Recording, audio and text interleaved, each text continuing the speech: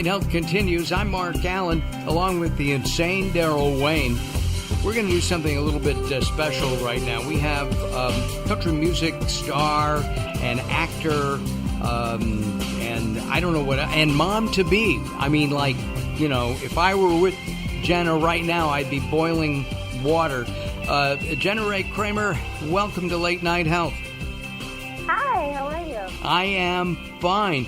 You're pregnant with kidlet number 2, correct? Number 2, yes. A baby boy on the way. I have a almost 3-year-old, and then yes, I'm 6 weeks till my big day. Got it. Well, good luck with that. Having personally been pregnant a couple of times, and having experienced a little bit of morning sickness along with my wife, that's what we're going to talk about is morning sickness. With your first child, did you have morning sickness?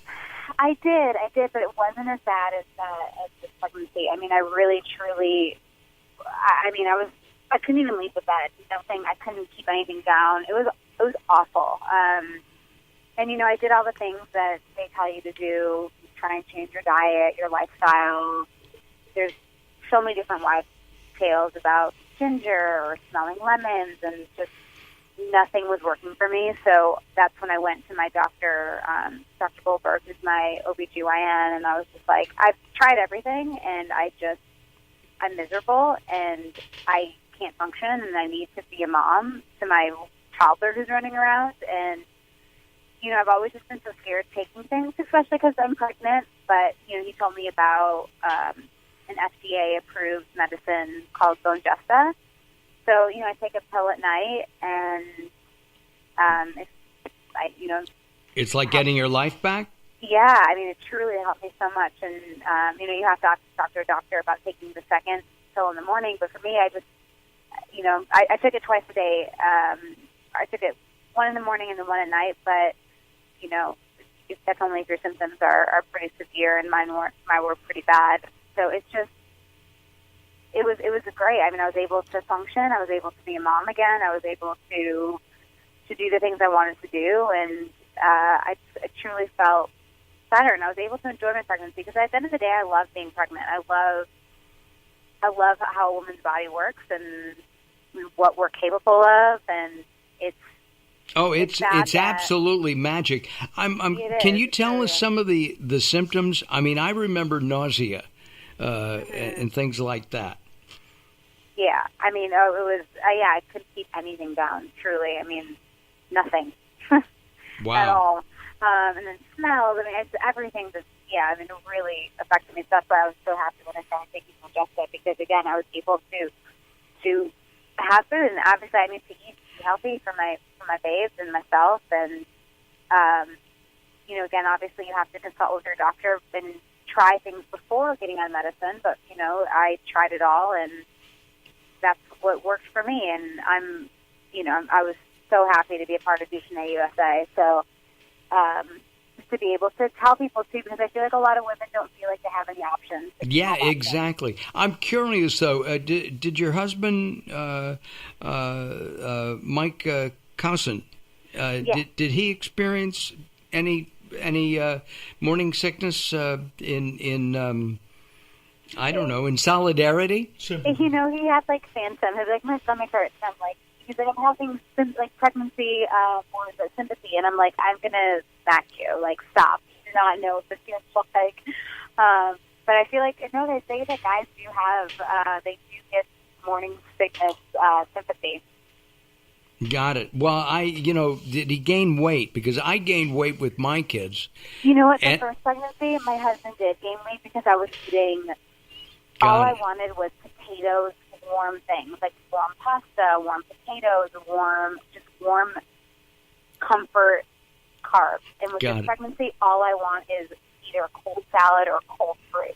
And what about a change of favorite foods? Maybe you liked strawberry ice cream, and now you want chocolate. That kind of thing. Well, it's not even so much. I mean, I definitely still like my chocolate and vanilla, but the one thing that I've never been much of a cantaloupe eater, but whole cantaloupe every single night is like my dream.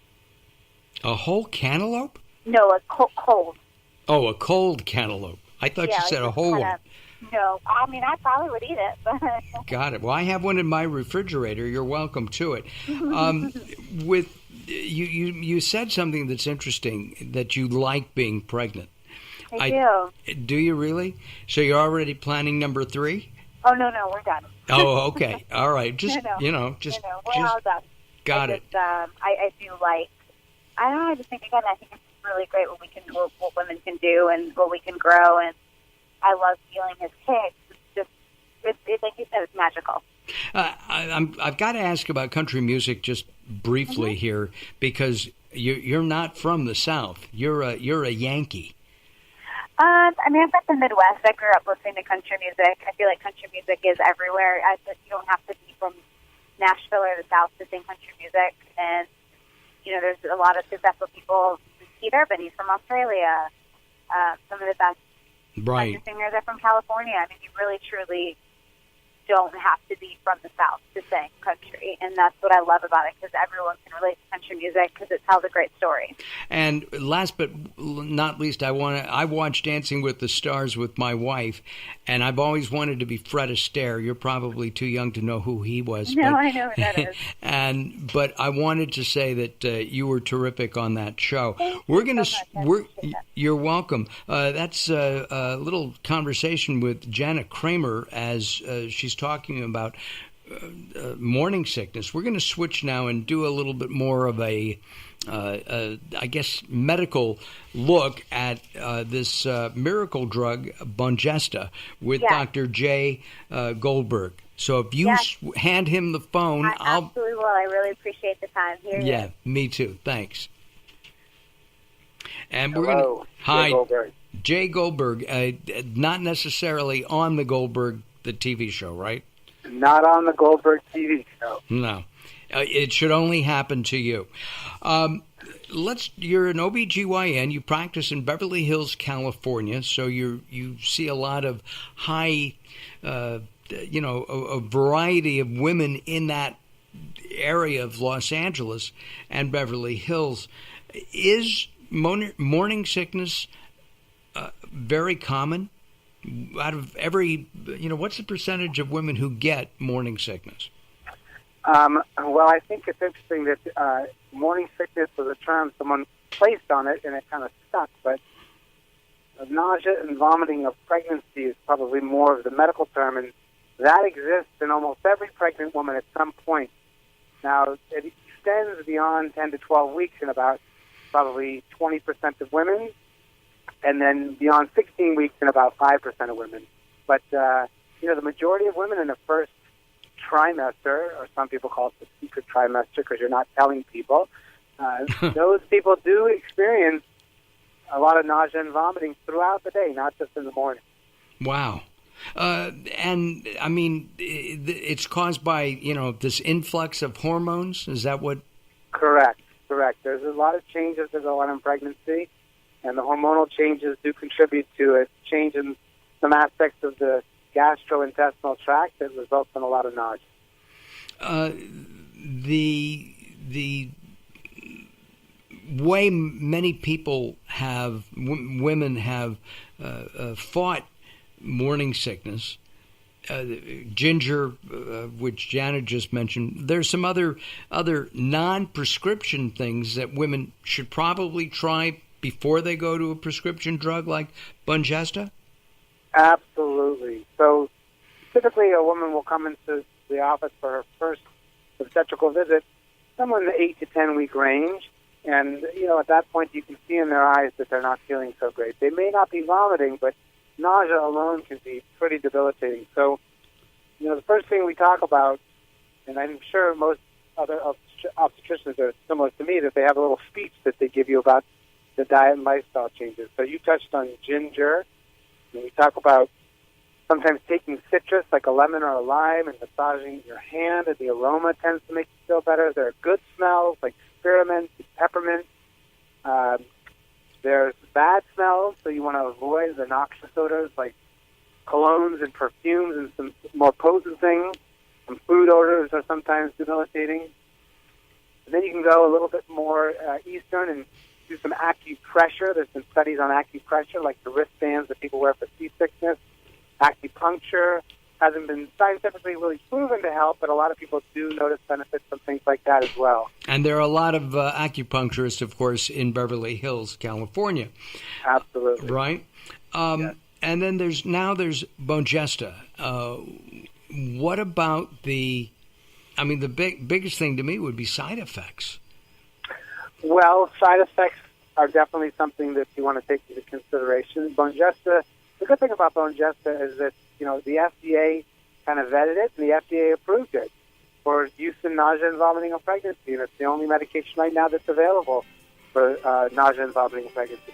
There are side effects. The biggest side effects that patients are complaining about is the somnolence, so they get kind of sleepy. So the medication is, coded so that it's fast-acting and long-lasting. So if you take it at night, the doctor prescribes it for you at night, and of course check with your doctor before taking any of these medicines. Of course. I'm going to pause us just for a second. We're going to take a break, and then we're going to come back and continue our discussion of Bongesta here on Late Night Health. I'm Mark Alyn, along with the insane Daryl Wayne. We've been talking with Jana Kramer, and we are now talking with Dr. J. Goldberg. Don't go away. More coming up, and we'll have this interview up on LateNightHealth.com, LateNightHealth.com. Visit us. We'll be right back.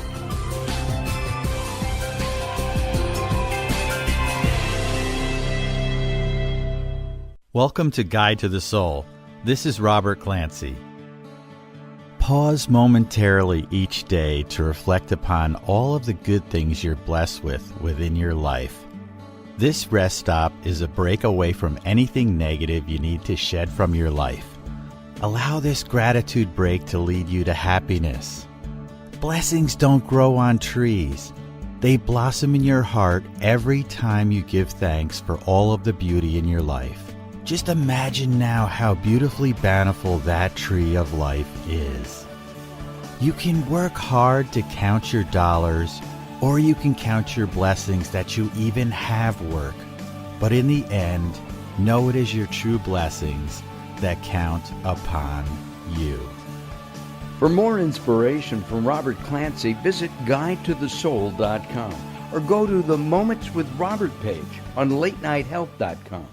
The stigma around mental health disorders and suicide is still very strong in our culture. It's an uncomfortable topic for many of us, and yet it's something we can't afford to ignore, according to Dan Shuck, the author of A Glass Half Empty or Half Full, a children's book for grown-ups. Last month, the CDC released a study that reports suicide rates went up more than 30% in half the states since 1999. A Glass Half Empty or Half Full, a children's book for grown-ups, takes a new approach to addressing mental illness.